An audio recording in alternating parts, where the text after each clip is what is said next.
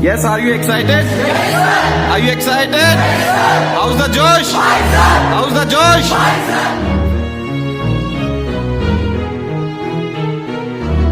Hello students, कैसे हैं आप सब? मैं बढ़िया हूं, उम्मीद करता हूं कि आप सब भी बहुत बढ़िया होंगे। तो बेटा, पिछले लेक्चर में हमने स्टार्ट किया था एरर एनालिसिस। आज एरर एनालिसिस की फाइनल क्लास है। इस क्लास में हम क्या चीज डिस्कस करने जा रहे हैं? आज हम डिस्कस करने जा रहे हैं प्रोपेगेशन और कॉम्बिनेशन ऑफ एरर्स। प्रोपेगेशन और combination, what does it mean?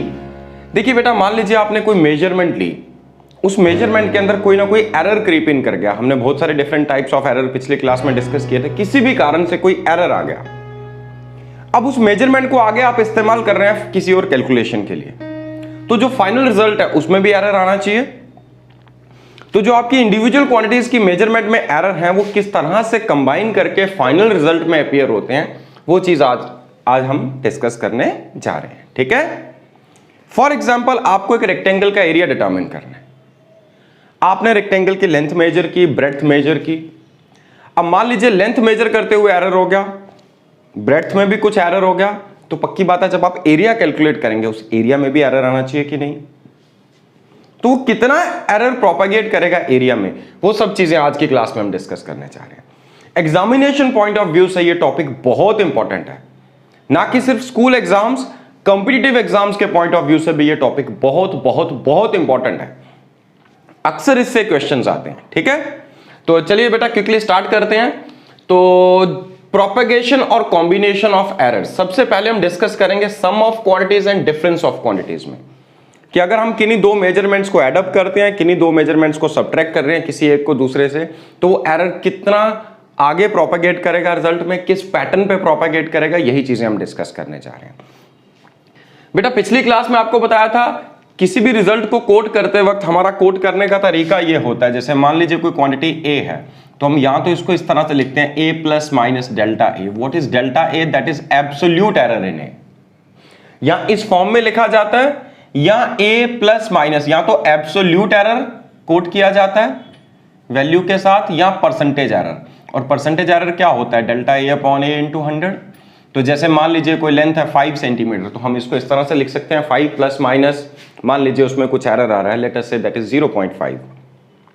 या तो लिखे 5 प्लस माइनस 0.5 सेंटीमीटर, या 5 प्लस माइनस 10%, बिकॉज 0.5 5 का 10% है। तो इस तरह से रिजल्ट को कोट किया जाता है। अब सबसे पहला केस मैं लेके चल रहा हूं बेटा, sum of two quantities, S is equal to A plus B। मान लीजिए दो क्वांटिटीज हैं A और B, इन दोनों का सम है S। सम को मैंने S से डिनोट किया।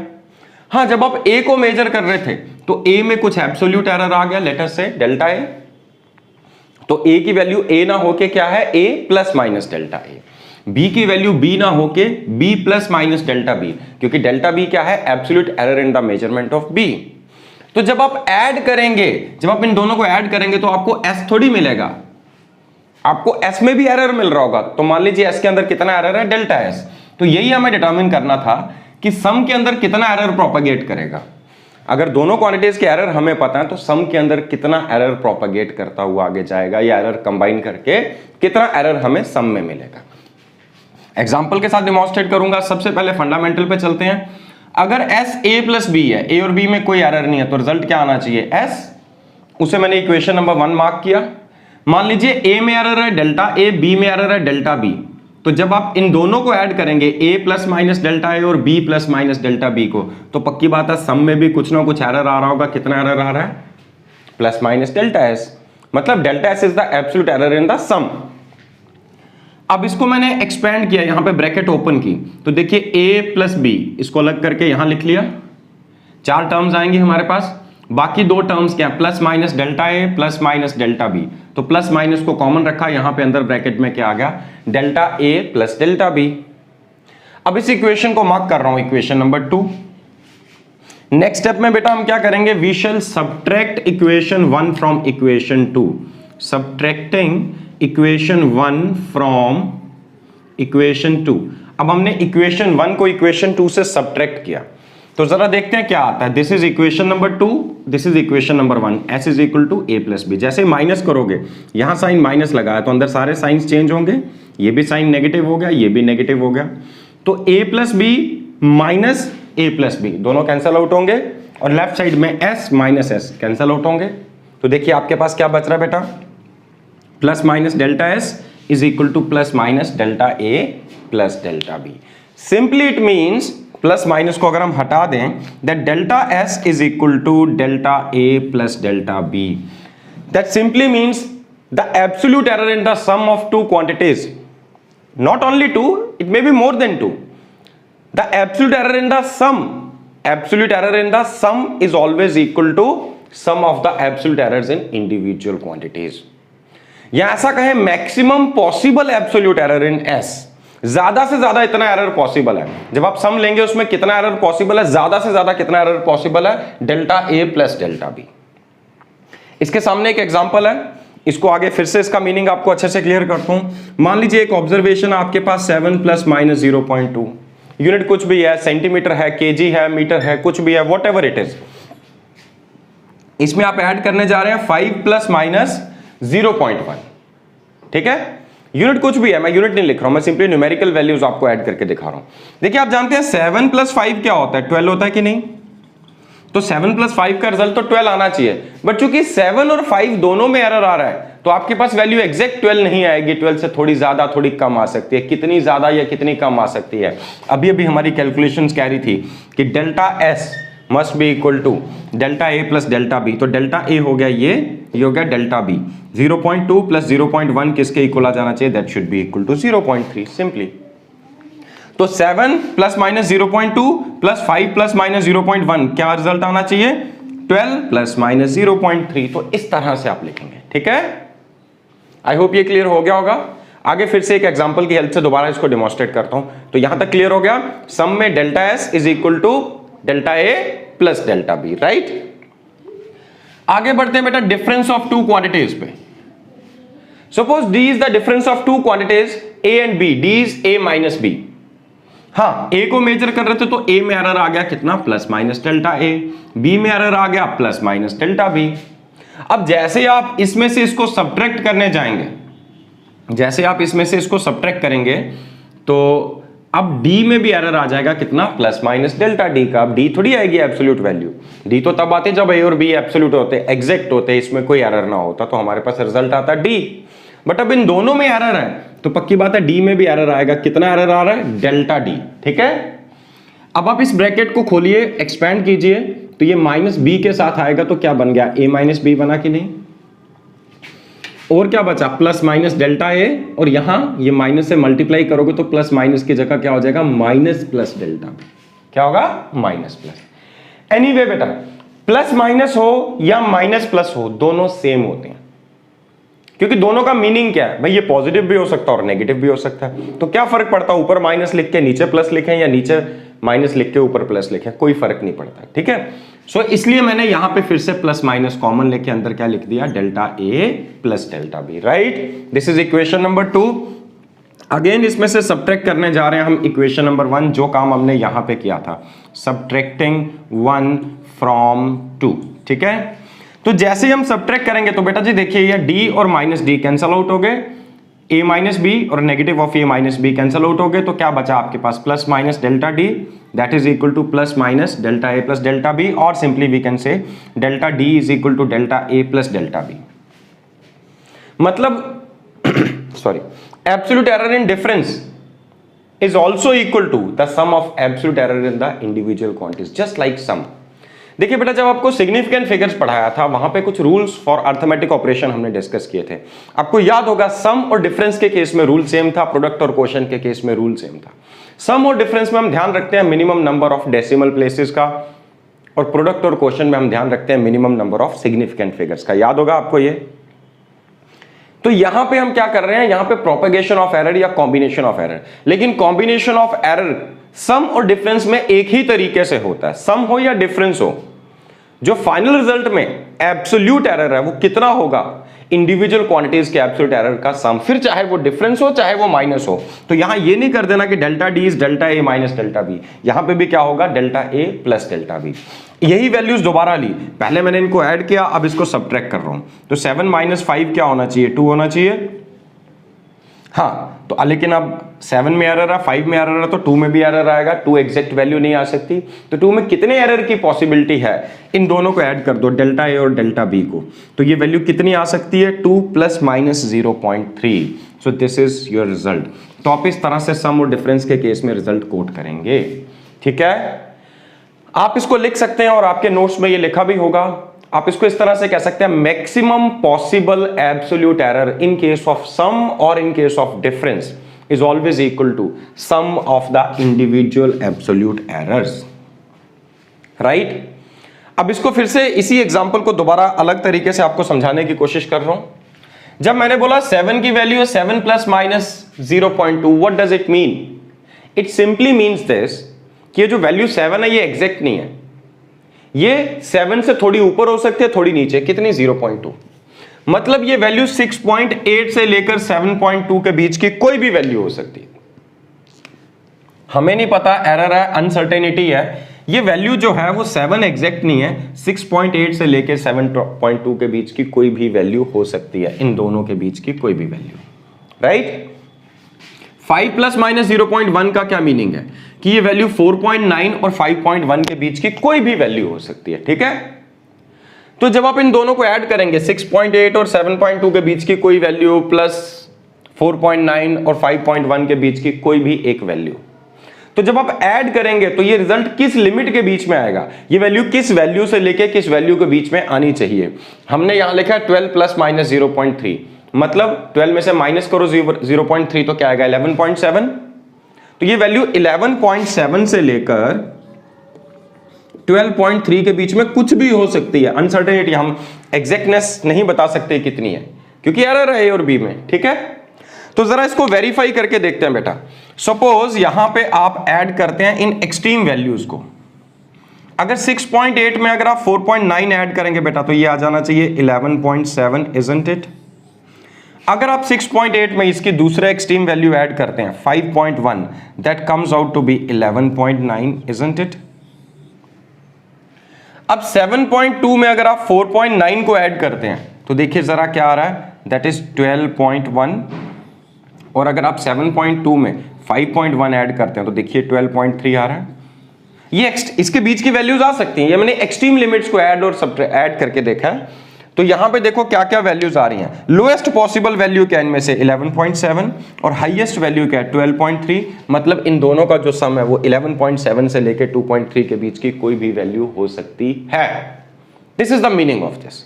आई होप अब तो ये क्लियर हो जाना चाहिए आपको अच्छे से। ठीक है, तो एक और चीज बेटा, अगर हम सब्ट्रैक्शन के केस में भी, डिफरेंस का केस भी यहां अप्लाई करके देखें, मान लीजिए इसमें से मुझे ये माइनस करना होता, प्लस की जगह हम क्या करते हैं यहां पे माइनस। तो देखिए जरा 6.8 में से अगर आप 4.9 को माइनस करते हैं, 6.8 में से आप क्या माइनस करने जा रहे हैं 4.9, so it comes out to be 1.9, right? अगर आप 6.8 में से 5.1 को सब्ट्रैक्ट करते तो ये वैल्यू कितनी आती? ये आती 1.7, इजंट इट? अगर आप 7.2 में से माइनस करते 4.9,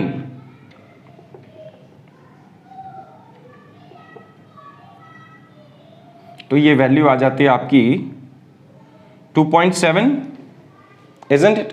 आई एम सॉरी, 7 माइनस किसको सब्ट्रैक्ट कर रहे थे? हाँ, 7.2 माइनस 4.9, हाँ sorry, this is 2.3, it comes out to be 2.3। अब 7.2 में से 5.1 को सब्ट्रैक्ट करके देखिए जरा क्या वैल्यू आती है, it comes out to be 2.1। Extreme values को देखिए, एक्सट्रीम वैल्यूज ये हैं 2.3 और 1.7, मतलब ये वैल्यू 1.7 से लेके 2.3 के बीच में कुछ भी हो सकती है। तो यहां पर भी हमारा रिजल्ट यही इंफॉर्मेशन हमें कन्वे कर रहा था।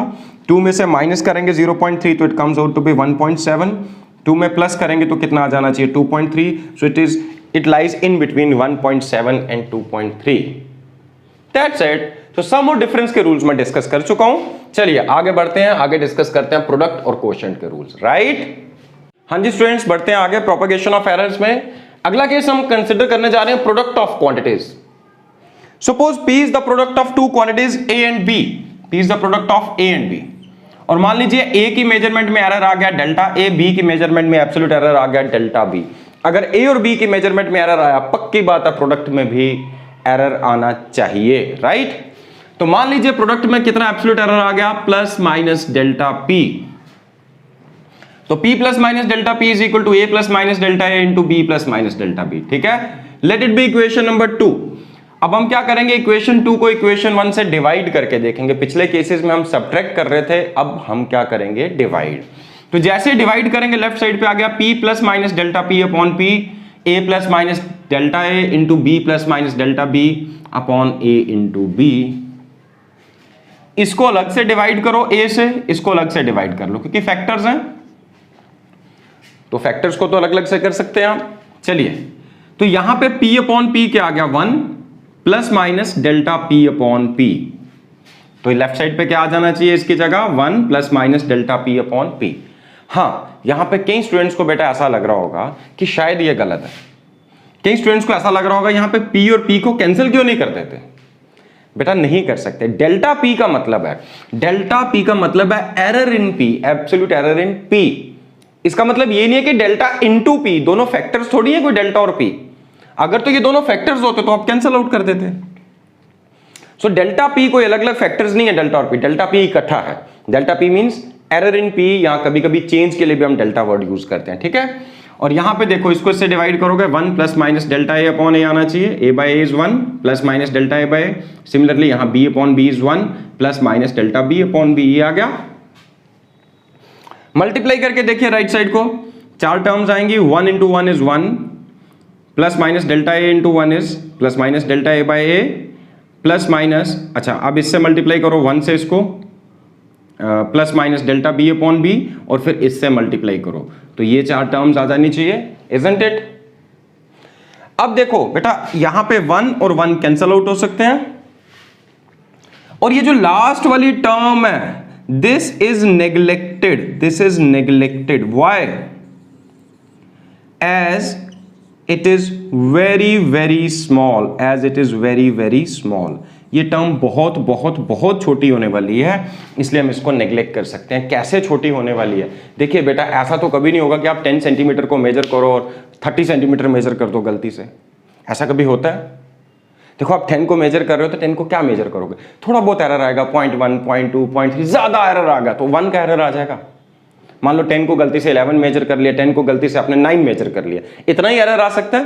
एरर हमेशा ओरिजिनल वैल्यू से तो छोटा होगा ना, ट्रू वैल्यू से। तो अगर मान लीजिए 10 में एरर आ गया 1, तो मान लो a है 10 और डेल्टा a हो गया 1, तो 1 अपॉन 10 क्या होगा, 0.1।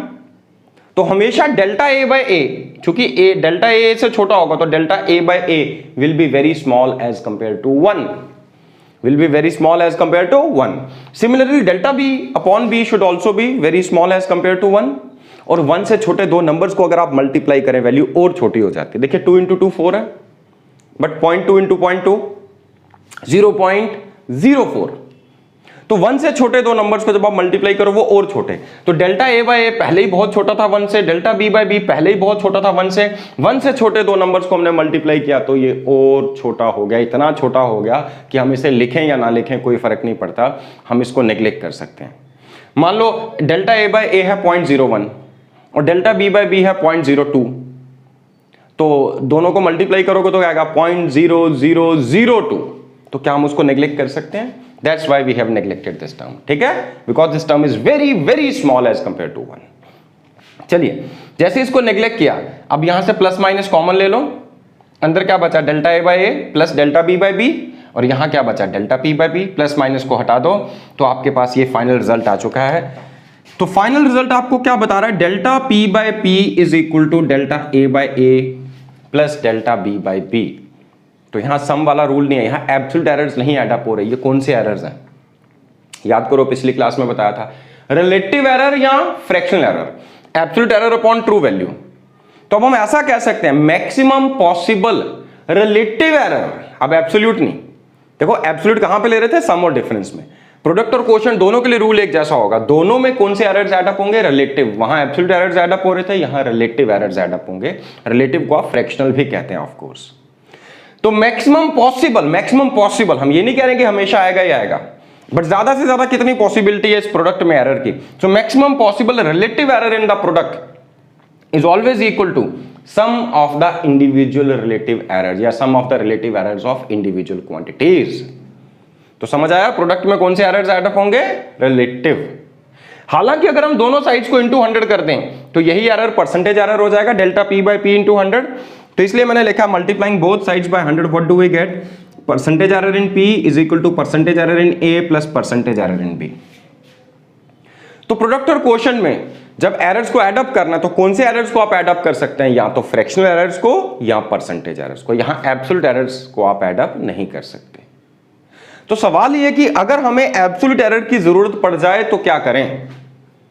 देखो रिलेटिव तो मिल ही गया, इस P को उठा के हम राइट साइड लेके जा सकते हैं। जैसे P को उठा के राइट साइड लेके जाओगे तो अपने आप एब्सोल्यूट एरर मिल जाएगा। अब आप बोलोगे P की वैल्यू कैसे पता चलेगी? P की वैल्यू पहले ही पता है, A इंटू बी, A और B तो होंगे ना। तो इस तरह से आप एब्सोल्यूट निकाल सकते हैं इनडायरेक्टली, बट डायरेक्ट जो फॉर्मूला आपके पास है वो किसके लिए? रिलेटिव एरर, फ्रैक्शनल एरर कहो या रिलेटिव एरर कहो या फिर परसेंटेज एरर्स के लिए।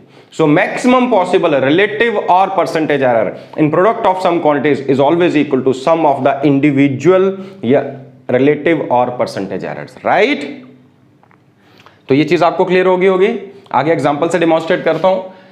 क्वोशंट में भी बेटा सेम लॉजिक एप्लीकेबल है। Maximum possible relative error in the quotient of two quantities is equal to sum of the individual relative errors, या तो ऐसा कह लो। और परसेंटेज एरर के लिए भी ये एप्लीकेबल है, जैसा कि प्रोडक्ट में। दोनों के लिए रूल एक जैसा। कैसा है जरा करके देखते हैं। Suppose Q is the quotient of two quantities A and B, Q is A upon B, right? अगर A और B में एरर है, A में एरर है प्लस माइनस डेल्टा है, B में एरर है प्लस माइनस डेल्टा B, तो जैसे आप डिवाइड करोगे तो हमें एग्जैक्ट वैल्यू Q नहीं मिलेगी, Q में भी एरर मिलेगा। कितना एरर मिल गया? Let us say that is plus minus delta Q। और इस आगे एक स्टेप और आगे बढ़े हम। यहां न्यूमरेटर की दोनों टर्म्स में से मैंने A कॉमन लिया, तो अंदर यहां बच गया 1 plus minus delta A by. वापिस 1 को मल्टीप्लाई, A को अंदर मल्टीप्लाई करोगे तो ये आ जाएगा। डिनोमिनेटर से B कॉमन किया तो ये आ गया B times 1 plus minus delta B upon B, right? अब हमने क्या किया? इक्वेशन 2 को इक्वेशन 1 से डिवाइड किया, जैसा वहां पे कर रहे थे। जैसे डिवाइड करोगे लेफ्ट साइड पे आ गया Q plus minus delta Q upon Q, जो अगले स्टेप में हो जाएगा Q by Q 1 plus minus delta Q upon Q, right? Right side पे आते हैं। जैसे आपने इसको यहां रखा और इसको डिवाइड किया किससे? A अपॉन B से, तो देखो ये A अपॉन B और A upon B cancel out हो गए। What are you left with? You are left with this 1 plus minus delta A by A upon 1 plus minus delta B by B। तो इस denominator को उठा के अगर मैं न्यूमरेटर पे ले जाऊं और उसकी पावर यहां -1 लगा दूं तो चलेगा? ठीक है, यहां तक समझ आ गया बेटा? अब अगले स्टेप में एक स्पेशल फॉर्मूला मैंने यूज किया बेटा। ये फॉर्मूला आगे आपको पढ़ाने जा रहा हूं मैं बायनोमियल थ्योरम के साथ, लेकिन फिलहाल शॉर्टकट में इसको आप याद रखो। 1 plus X to the power n is always equal to 1 plus N X. ये फॉर्मूला आपने याद रखना बेटा डायरेक्टली, बट कंडीशन है if x is very small as compare to 1, otherwise नहीं, लार्ज नंबर्स के लिए नहीं।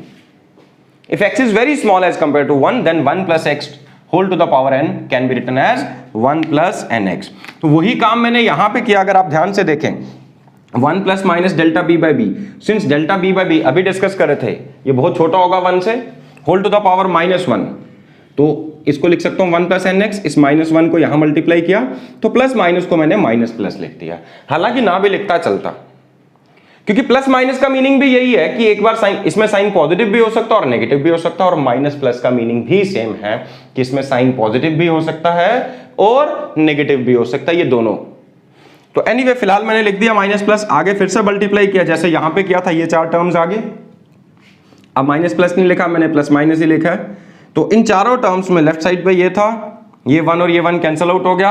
अगेन जैसे वहां पे इस टर्म को नेग्लेक्ट किया था, फिर से हम इस टर्म को नेग्लेक्ट करेंगे, दिस टर्म इज नेग्लेक्टेड। जैसे नेग्लेक्ट करेंगे तो ये रिजल्ट आ गया। और अगर यहां पे भी दोनों साइड्स को मल्टीप्लाइंग बाय 100 कर दोगे तो आप लिख सकते हो percentage error in Q is equal to percentage error in A plus percentage error in B, right? तो ये मैं यहां बोर्ड पे नहीं लिख रहा हूं, ये आप खुद कर सकते हैं।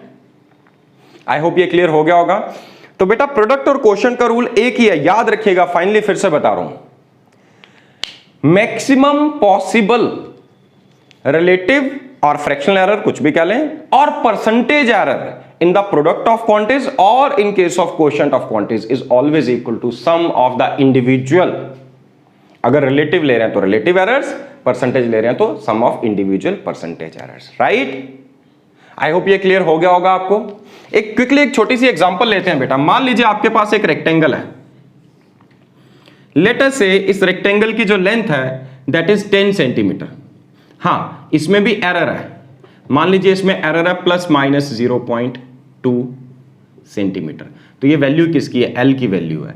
तो लेट अस से जो ब्रेड्थ है that is 5 plus minus 0.1 centimetre. Simple values ली हैं मैंने ताकि क्विकली करके आपको डिमॉन्स्ट्रेट कर सकूं।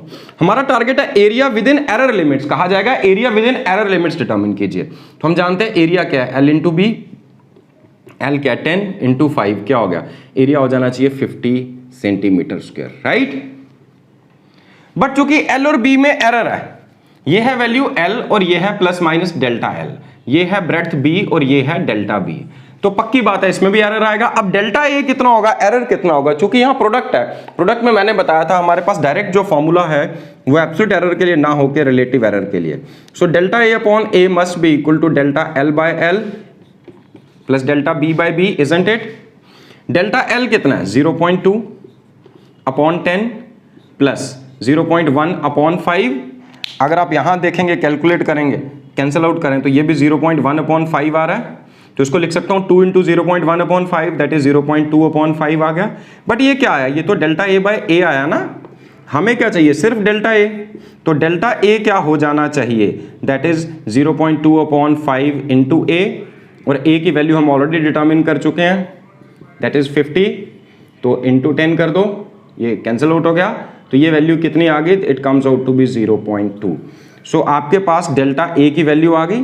सो डेल्टा ए आप एब्सोल्यूट एरर डायरेक्टली तो नहीं डिटरमिन कर सकते थे, डायरेक्ट फॉर्मूला रिलेटिव एरर के लिए था, बट इनडायरेक्टली बाद में इस ए को उठा के मैं राइट साइड ले गया। अब फाइनली यहां मैं आंसर इस तरह से कोट कर सकता हूं, area is equal to 50 plus minus, I am sorry this is not 0.2, this is 2, 0.2 into 10 is 2 plus minus 2 centimetre square. तो इस तरह से एरर प्रोपेगेट करता है, राइट? इसके बाद क्विकली बेटा एक छोटा सा पार्ट हो रहा है, ये सारा का सारा खत्म हो गया, बस इसी को अप्लाई करेंगे, इसी की एक्सटेंशन मान लीजिए। तो फिफ्थ केस में आपके सामने डिस्कस करने जा रहा हूं एक्सपोनेंट की फॉर्म में। Suppose x is a quantity that is a to the power n। इस केस में एरर किस तरह से प्रोपेगेट करेगा? तो देखिए बेटा, if a is x to the power x is a to the power n, तो क्या मैं इसको लिख सकता हूं a into a how many times? n number of times, isn't it? यही मीनिंग होता है a to the power n का, मतलब इनडायरेक्टली है तो ये प्रोडक्ट। सो जब ये प्रोडक्ट की फॉर्म में है तो प्रोडक्ट के लिए रूल हमारे पास है delta x by x, relative error in the product should be equal to sum of individual relative errors. So delta a by a plus delta a by a, वैसे ही plus delta a by a how many times? n times और not? So can it be written delta x upon x is equal to n times delta a by a, isn't it? Or if we multiply both sides by 100, multiplying both sides by 100, what do we get? We get percentage error in x is equal to n into percentage error in a. So अगर x a to the power n है, पक्की बात है percentage error x में कितना होगा? अगर आपको a का परसेंटेज एरर पता है उसको n से मल्टीप्लाई कर दो, n into percentage error in a। मान लीजिए n में परसेंटेज एरर है 1%, सॉरी a में परसेंटेज एरर है 1%, तो x में कितना परसेंटेज एरर हो जाएगा? n%। यहां पर रिलेटिव एरर को लेके बात कर लें, so relative error in x is equal to n times relative error in a, या ऐसा कह ले, या ऐसा कह ले percentage error in x is equal to n times percentage error in a, right? For example अगर मैं बोलूं volume of a sphere is equal to 4/3 pi r cube, अगर r की मेजरमेंट में जो परसेंटेज एरर है, percentage error in r is let us से 2%। Are, क्योंकि आर रेडियस मेजर करोगे तो उसके बाद जाके वॉल्यूम डिटरमिन कर पाओगे। मान लीजिए आर की मेजरमेंट में परसेंटेज एरर आ गया 2%। So if it is 2% then पक्की बात है percentage error in volume should be equal to, देखो 4/3 पाई तो कॉन्स्टेंट्स है, आर की पावर क्या है 3n, so n times that is 3 into 2 which is equal to 6%। तो अगर रेडियस की मेजरमेंट में एरर 2% है, पक्की बात है वॉल्यूम की मेजरमेंट में ये एरर कितना हो जाना चाहिए, दैट शुड बी 6%।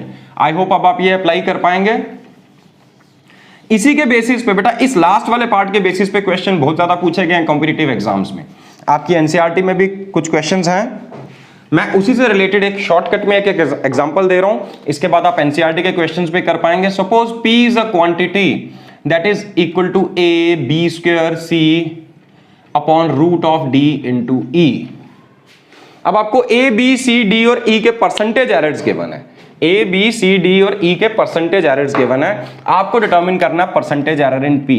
तो percentage error in A, suppose it is given 1%, percentage error in B, suppose it is 2%, percentage error in C, suppose it is 3%, percentage error in D, suppose it is 4%, and percentage error in E, let us say again 1%.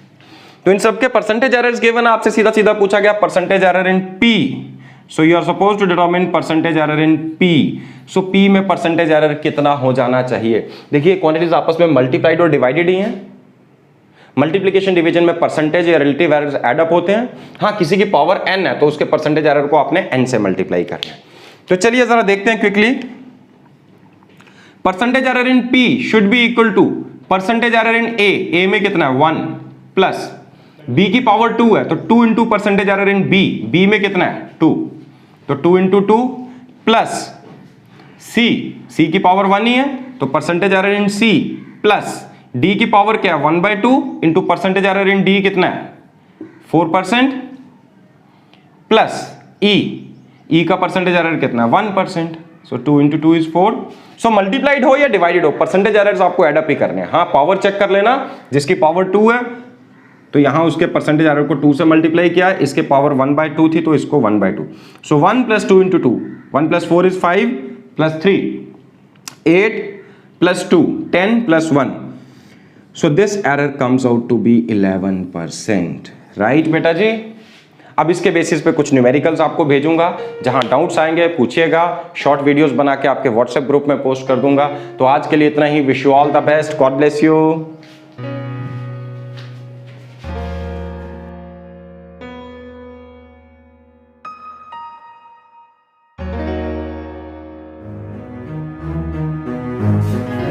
Yes, are you excited? Yes, are you excited? Yes, how's the Josh? How's the Josh?